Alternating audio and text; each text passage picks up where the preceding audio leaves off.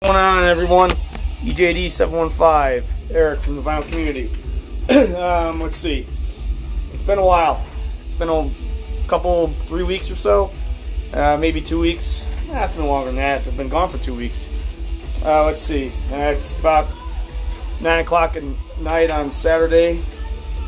I gotta work early in the morning, so I'm just chilling, having a beer to relax and go to bed. But I'm gonna go over 4 things in this video. First things first, I'm going to do a recap of the 70,000 tons of metal cruise. Second thing I'm going to go over is some of the trades I've been doing off the Vinyl Community buy and sell page on Facebook, which I really dig, by the way. Third thing, I went to Texas after the cruise to catch up with one of my favorite bands, Dark Tranquillity. I'll talk a little bit about that, as well as some of the records I picked up in 3 different cities in Texas. Pretty impressive stuff. I think that's it. Oh, and then I have like a whole stack of stuff that I've already gone through for trade. I think that's all I have. What you're listening to now, well, I'll get to that in a minute. Okay, first things first, let's start with the cruise. I was actually able to buy 1 vinyl on the cruise. Let me take a sip of beer. Delicious Sierra Nevada beer, by the way.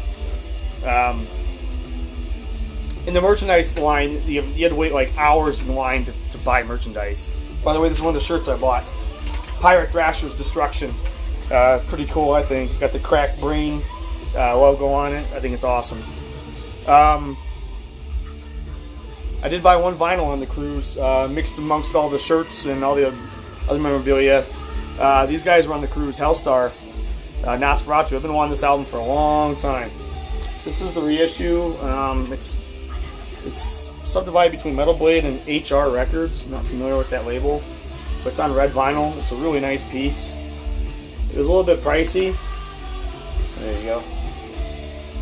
Translucent red vinyl. It was a little bit pricey, but I'm like, screw it. I'm on a cruise. I've been looking for this album for years, so I decided I'll just buy it.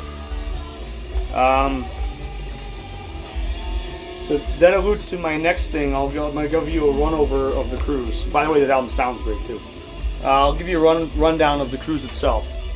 So, speaking of Hellstar, I wish I had video of it, but I told LJ this in an email. I did karaoke.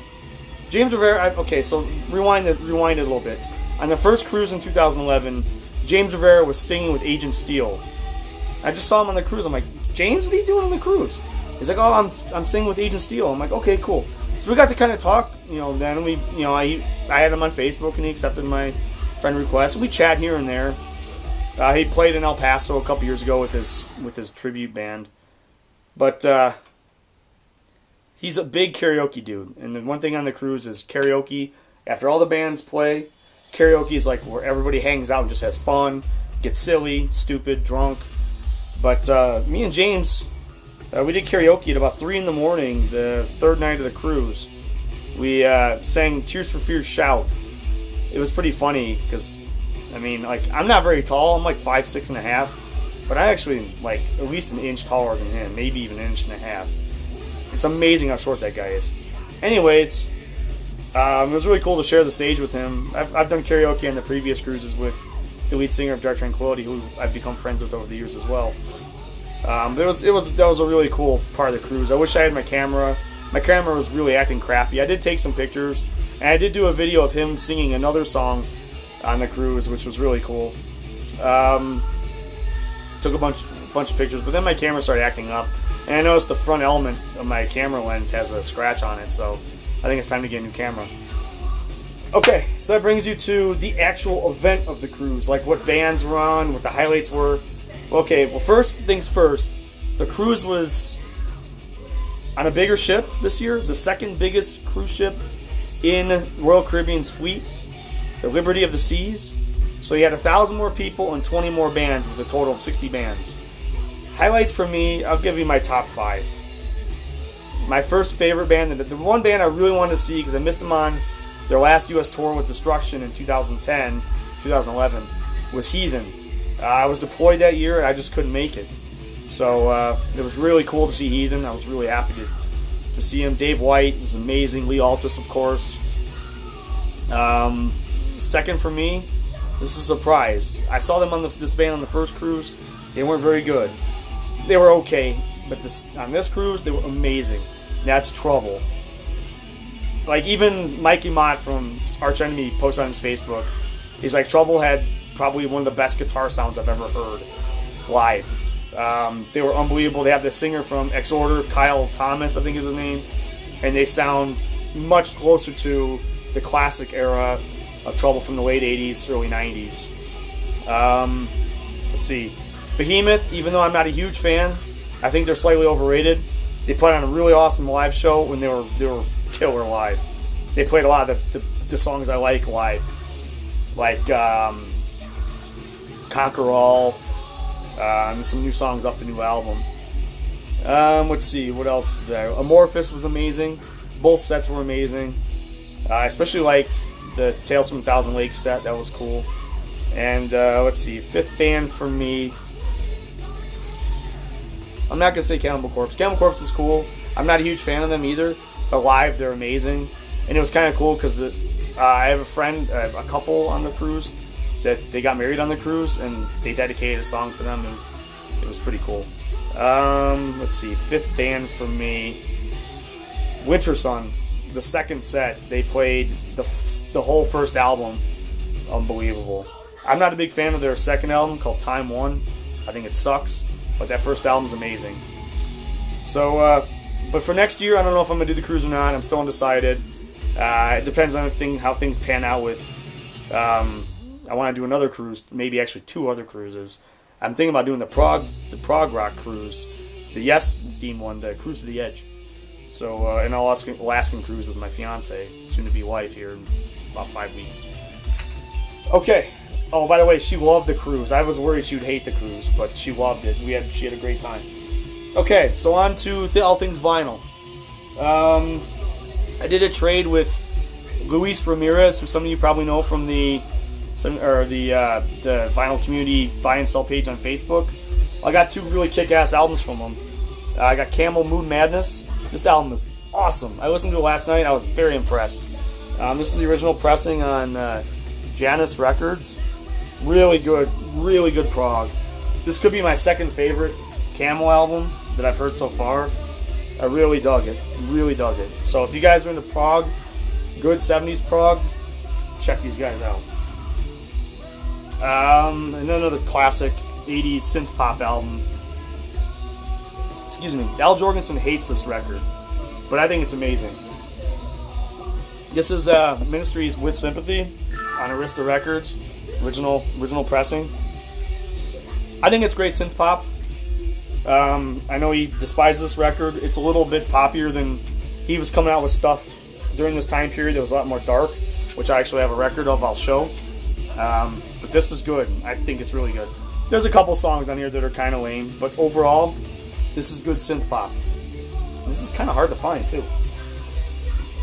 Okay, and then I did another trade with Matt Lewis here on the vinyl community. The album you're listening to now is one of them that I got from him. I actually bought these records from him. It was like kind of a package deal. Pandemonium, The Kill, it's pretty good. I mean, it's kind of 80 or late 80s US power metal, kind of Vicious Rumors, that kind of tone, maybe a little Metal Church. It's pretty good. This is my second time I've played it, so I'll see what I think. There's the band there, kind of interesting. Okay, it's on Metal Blade Records, 1988. This is an upgrade copy, of course, of Mechanical Resonance from Tesla. Fantastic record. Love this record. My original copy was pretty bad, especially like on the songs that are quieter. It popped really bad, so glad to have this. And then Hurricane, Over the Edge. I listened to this once. I wasn't that thrilled about it. I really liked the first EP. It was much more edgy, more guitar heaviness to it, more classic metal riffs. This is a little bit more slick produced. I don't know if that has anything to do with Mike Klink, producer of Appetite for Destruction. He actually produced Rust in Peace too, though. But Max Norman came in and cleaned that up. Apparently that was a huge failure on Megadeth's part on that album. But it was this Hurricane album was okay. It's just okay. Okay, moving on to the record haul I got in Texas. Starting off with some records I found in Lubbock, Texas. If you're ever there, go to Ralph's Records. Great store. Picked up some pretty awesome stuff. First things, this isn't that awesome, but it's a good album. Odyssey by Yngwie Malmsteen. This has got Joey Lynn Turner on vocals. Kind of a super group lineup. At least nowadays, I mean, if you look at that lineup, you'd be like, wow. At the time, they weren't really superstars.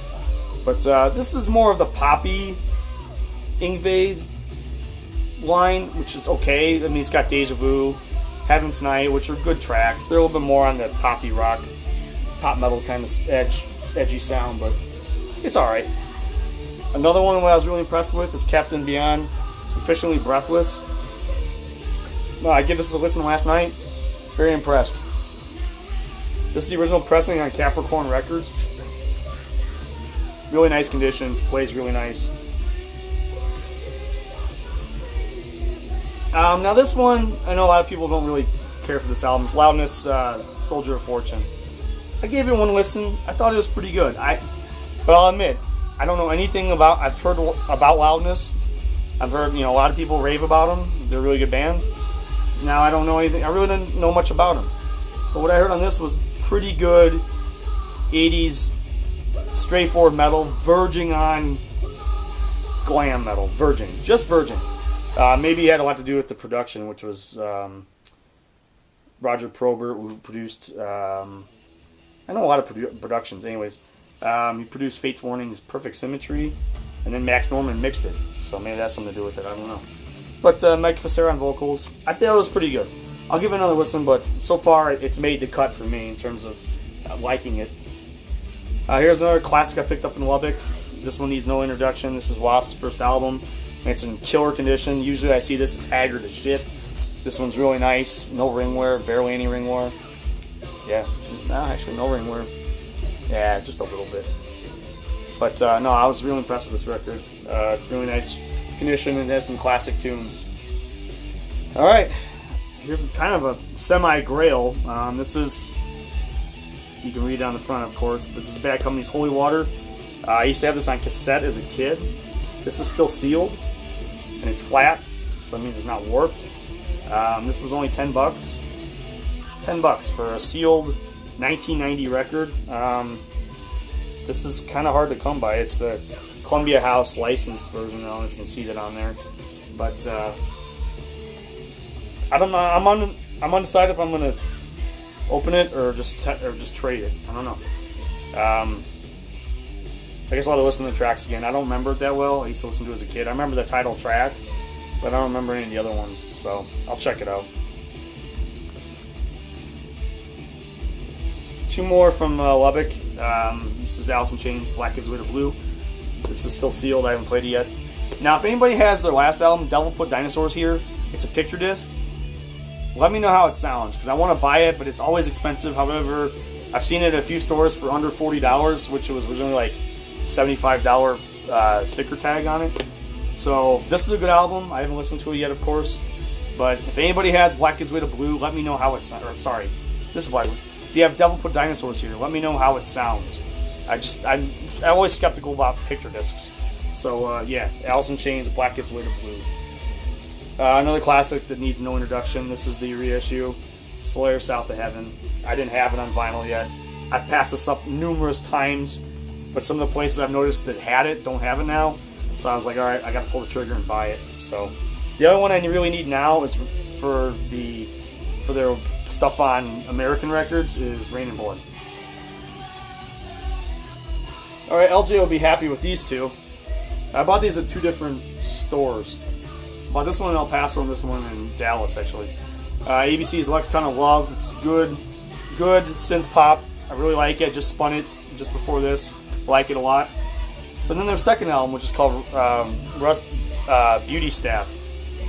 This one's different. I liked it, but it's a little bit more guitar oriented, more almost verging on hard rock. A little bit of that new wave guitar tones too, like the Fix from like the early 80s, around the same time period as this. A lot of people, like I read some things about it, said this was like, I mean, this album was hugely successful, This one, not so much. They thought maybe it was a sophomore album kind of curse or almost commercial suicide at that point. But I liked it, so they made the cut for me. This was a cheap buy. My uncle burned this on CD for me for a long time. This is Procol Harum's live concert with the Edmonton Symphonic Orchestra. I listened to it a couple times on CD. I liked it. It was in a $2 bin, so I was like, screw it, I'll buy it. Alright, picked this up in Dallas. This is one of the early Marillions I'm missing from my collection. This is Clutching at Straws. And I paid $9 or $10 for this. I noticed one of the tracks has a scratch on it. I haven't played this yet, so I'm hoping it plays through it. It's on Happy Ending, the last song on the second side. So that's, I don't know that song, but Incommunicado is one of my all-time favorite Marillion songs. So it's pretty awesome to have this. Here's kind of a rare one. This is Anderson, Bruford, Wakeman, Howe from 1989. I've never heard this, honestly. I remember hearing the Yes album after this, which was called Union, like in 91. But I never heard this album, so it's kind of a blind buy. But it was only $8, and it's in really nice condition. I mean, there's no ring wear or nothing on it, so I was like, screw it, I'm gonna buy it. I've been really getting into Yes as well, kind of complete the collection. Oh, my dog just left. Another one I haven't listened to yet. This is Wishbone Ash's Pilgrimage. I need to listen to this next because I have. Let me show you real quick. On my turntable, I have a Technics. Which lighting was better? I have a Technics 1600 Mark II, and if you can see that, it's a fully automatic table. It's a really awesome table, but I'm using my Shure M97 HE cartridge on it, so it has kind of that more vintage sound to it. So I like to play 70s and maybe some 80s records on it. Some of the more modern stuff I like to use the Audio Technicas, but this would sound awesome on it, so I want to play it on there. Alright, this was kind of a grail, at least for the price. Virgil Steele's debut album on Music for Nations. This is a British import, I believe. Yeah, British import for $5. $5. I had one of their later records from the late 90s. Didn't care for it, but hopefully this is good. Especially if it was only $5. Jack Starr on guitar. Another blind buy. This is a Dutch pressing. This was $10. It's on Philips Records. It's Al Di Meola, Paco de Lucia, and John McLaughlin. Passion, Grace, and Fire. Not heard it. I'm sure it's a very mellow classical record, but anything Al Di Meola does is fine by me. So another great record. This is Porcupine Tree, Stupid Dream. Now this one's a little bit different than like their later stuff. So if anybody out there that doesn't know this band, if you're into prog, check these guys out. But don't buy this one first. Either buy one of the three: In Absentia, Deadwing, or Fear of a Blank Planet. Those three albums are amazing. That's a good introduction to this band. This album's a little bit different. This is where they start to find their sound, but still has a little bit of that early experimental stuff on it. So I haven't seen this in a while. This is a reissue. The original versions go for stupid money. So for $30, I was happy to have it. All right, this one a lot of people already have. Journey Escape. Look in the top left corner. Ha ha ha ha. Half-speed master version. This was $20, but I said screw it. This is probably my favorite Journey album. A lot of people, other people's as well. A lot of people, this is like their biggest album possibly. But yeah, half-speed master version. So cool to see that in the wild. Another half-speed. Speaking of Al Di Meola, this is Elegant Gypsy. This was probably his best record. This is in dead mint condition. I bought this at the store where I've been finding a lot of mint records in upgraded sleeves. So whenever I go there, I try and find stuff that I need to upgrade. And if it has that upgraded sleeve, I know it probably came from the same collection. So, and I've got some really awesome records from that place. Here's another one I already have, but this is the MoFi version. This is probably my favorite 70s Judas Priest album, Stay in Class. It was $28. That's a pretty good price for a MoFi. So I said, screw it, I'm going to buy it. I passed it up a couple times on my Texas trip. So here's a independent. This is a indie pressing. This is not a private pressing. This is an El Topo Records. I've never heard of it. Out of Spain, Spanish pressing. The labels just say 1 and 2 on them. This is Peter Murphy's Exotic. This is a live concert from 1988 from his Love Hysteria tour. I haven't spun it yet, but it's $5. And there's the price tag, $5. Couldn't pass it up. Here's a pretty common one. This is Howard Jones' Action Replay. This is like his EP they did with some extended tracks. It's okay, but it completed my Howard Jones collection, so I'm gonna go through this fast. I'm running out of time. Awesome upgrade copy of Phenomena. If you like arena rocks with a little prog influence, get this album. It's a superstar lineup. Glenn Hughes, Kazi Powell, Mel Galley, he's kind of the mastermind of the band. Neil Murray on bass from Blue Murder. Awesome record, awesome record. This one I wasn't that impressed with. Oingo Boingo. This is the album had a little bit more of the horn influence. Didn't really like it. I'll give it another spin and see what I think. These guys were great on the cruise as well. This has probably been my 6th or 7th pick on the cruise. Pretty Maid's Future World. They played this whole album in its entirety on the pool deck stage. It was great. This is a fantastic power metal slash arena metal album, if you may say. These guys could have been big, but they were from Denmark, so they didn't really strike in the States, even though they were on Epic Records. This is a great record. This is a record my uncle swore I would never find. This is a jazz fusion record called Spin. These guys are from the Netherlands. It's on Areola Records. I'll give this one and open this one up. My uncle found this. There's the label, Areola label.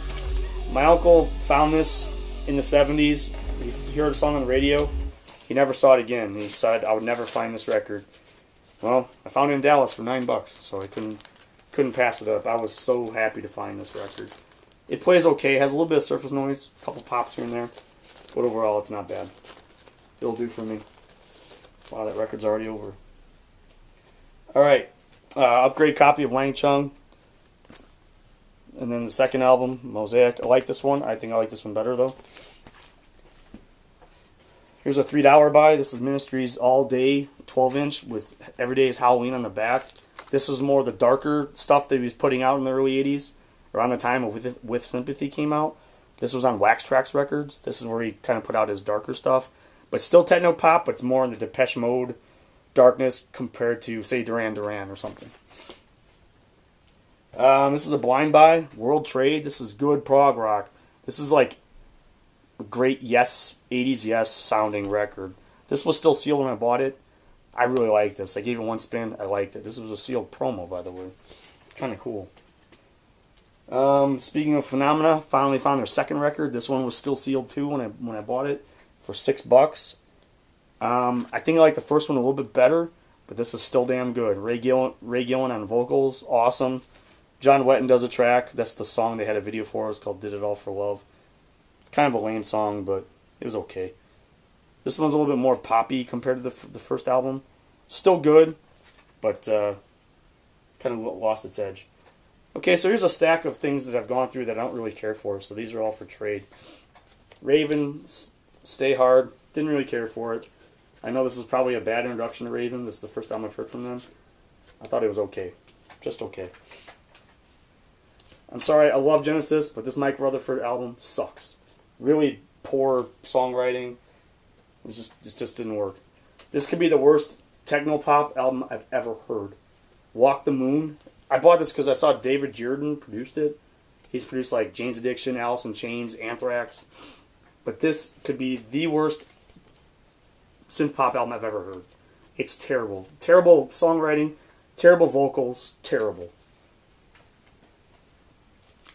E-Troop, this is Life of Crime. This comes with the insert and poster, and it's still in the shrink. This is on the original Combat Gray label. It's in mint condition. This is for trade, so. Scott Waters already has this one in reserve, Metal Massacre 2.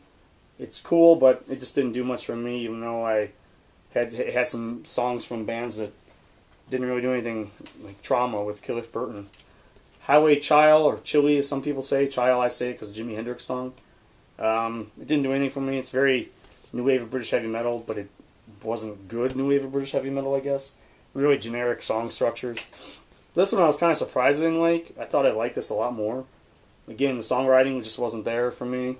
Had good production, but it just didn't work for me. This one I'll have to get another chance because I know Mark Tornillo is the vocalist who's on the last 3 Accept records. I liked it, but I need to give it another chance. I think I got interrupted when I listened to it, so this is a mint condition promo too. It's real nice. So yeah. And then the last one, which I really didn't like, another promo. I got a ton of promos on this.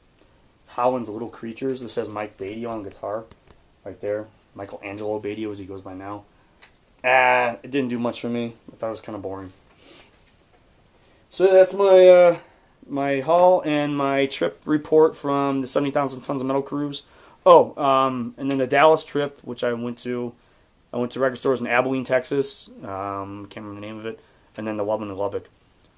The reason I mention this is because I got to hang out with my buddies from the band Dark Tranquillity. I've become really good friends with the singer and one of the guitar players in the band. Just hung out, drank lots of beers, got silly drunk, and just had a great time. And then it was cool because Dallas was the last show of their U.S. leg of their tour. Then they went to Mexico City and played again in front of 5,000 people. So yeah, it was pretty awesome. Really cool way to come back from the cruise. Didn't have any post-cruise blues this time around. But yeah, so that's my trip report and my vinyl update. So keep it real, guys. Post comments, feedback, whatever you want to do. Thanks a lot.